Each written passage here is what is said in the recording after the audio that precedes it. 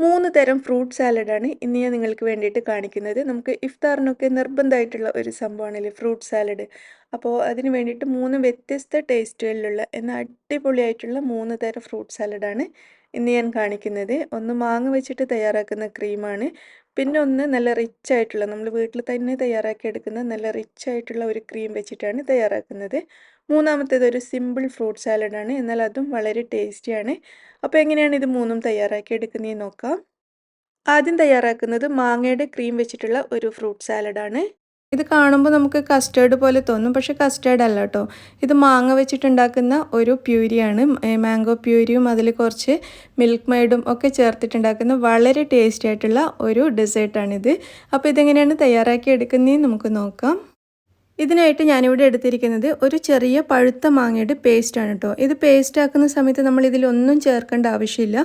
വെള്ളമോ പാലോ പഞ്ചസാരയോ അങ്ങനെ ഒന്നും തന്നെ ചേർക്കേണ്ട. വെറും മാങ്ങ മാത്രം മിക്സിയുടെ ചെറിയ ജാറിലിട്ടിട്ട് നന്നായിട്ടൊന്ന് അടിച്ചെടുത്ത് വെച്ചതാണിത്.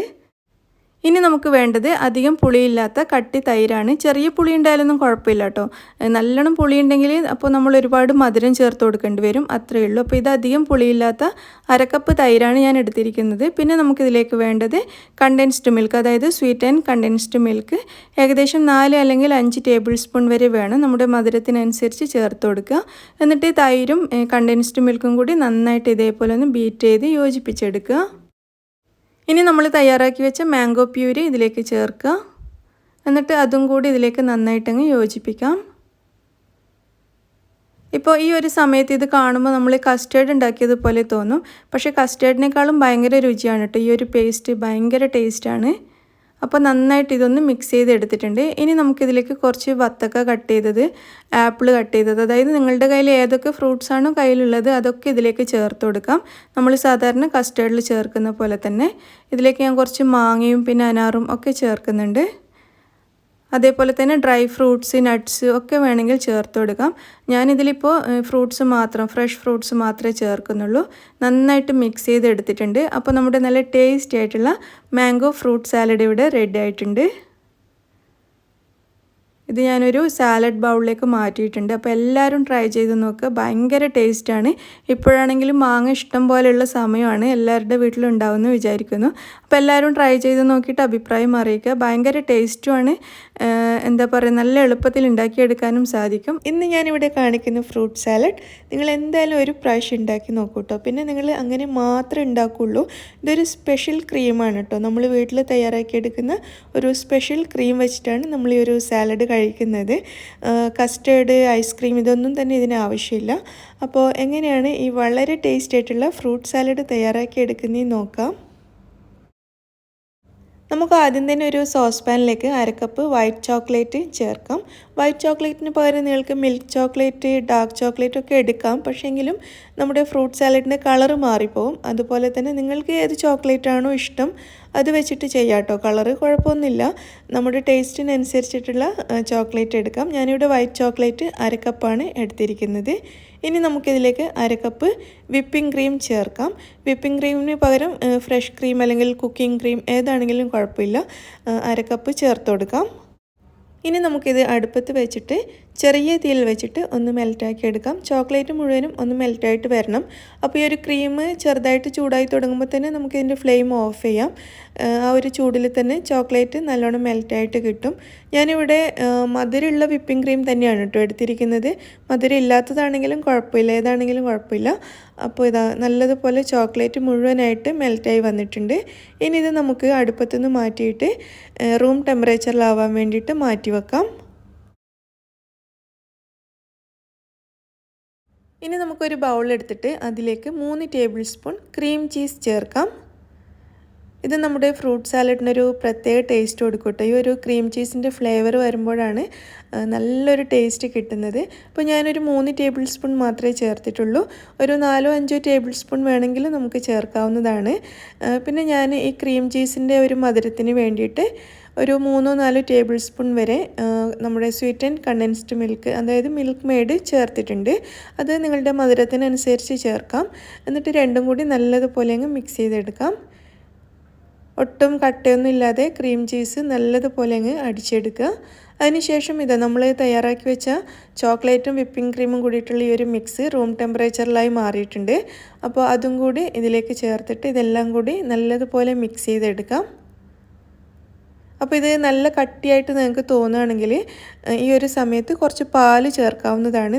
നിങ്ങൾക്ക് ഏത് തിക്നെസ്സാണ് ആവശ്യം അതിനനുസരിച്ച് പാല് ചേർക്കാം. ഇതിപ്പോൾ എനിക്ക് നല്ല പാകത്തിൽ തന്നെയാണ് കിട്ടിയിരിക്കുന്നത്, അതുകൊണ്ട് ഞാൻ പാലൊന്നും ചേർക്കുന്നില്ല. ഇനി ഇതിലേക്കൊരു 3 ടേബിൾ സ്പൂൺ റോസ് വാട്ടർ ചേർക്കുന്നുണ്ട്. റോസ് വാട്ടറിന് പകരം 1 ടീസ്പൂൺ റോസ് എസൻസ് ചേർത്താലും മതിയാവും. അപ്പോൾ നിങ്ങൾക്ക് ഏത് ഫ്ലേവറാണ് വേണ്ടത് അത് ചേർക്കാം കേട്ടോ. എനിക്കിവിടെ പൊതുവേ ഫ്രൂട്ട് സാലഡിനൊരു ഫലൂദയുടെ ഫ്ലേവറാണ് ഇഷ്ടം, അതുകൊണ്ടാണ് ഞാൻ റോസ് വാട്ടർ ചേർത്തത്. നിങ്ങളുടെ ഇഷ്ടത്തിനനുസരിച്ചുള്ള ഫ്ലേവർ വാനില എസൻസോ അങ്ങനെ ഏതാണെന്ന് വെച്ചാൽ ചേർത്താൽ മതി. എന്നിട്ട് ഒന്ന് മിക്സ് ചെയ്തെടുക്കാം.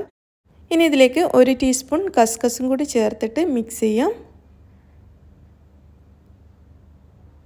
അതിനുശേഷം ഇത് ഞാൻ ഫ്രിഡ്ജിലേക്ക് വെക്കുകയാണ്. ഫ്രിഡ്ജിലൊരു 3 മണിക്കൂറെങ്കിലും വെച്ചിട്ട് നല്ലതുപോലെ അങ്ങ് തണുപ്പിച്ചെടുക്കാം. ഈ ഒരു ക്രീം നന്നായിട്ട് തണുത്ത് വരുമ്പോഴാണ് ആ ഒരു നല്ല ടേസ്റ്റ് കിട്ടുന്നത്. അപ്പോൾ അതിന് വേണ്ടിയിട്ട് ഞാനിത് ഫ്രിഡ്ജിലേക്ക് മാറ്റുകയാണ്.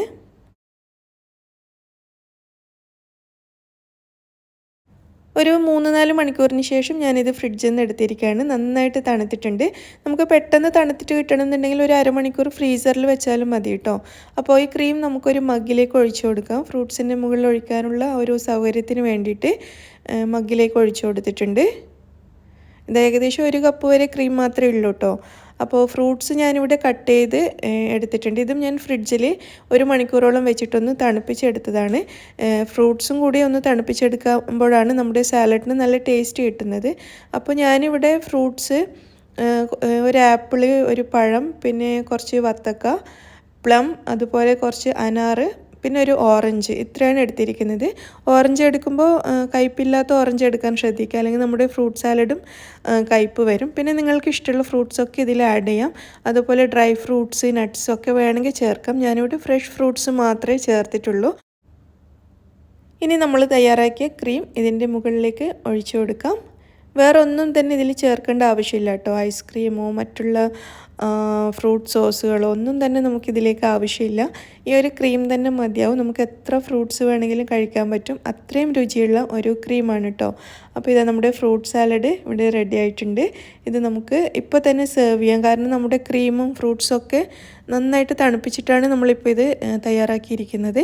അതുകൊണ്ട് ഇപ്പോൾ തന്നെ നമുക്ക് സെർവ് ചെയ്യാവുന്നതേ ഉള്ളൂ. അപ്പോൾ ഞാനിതൊരു ബൗളിലേക്ക് എടുക്കുകയാണ്.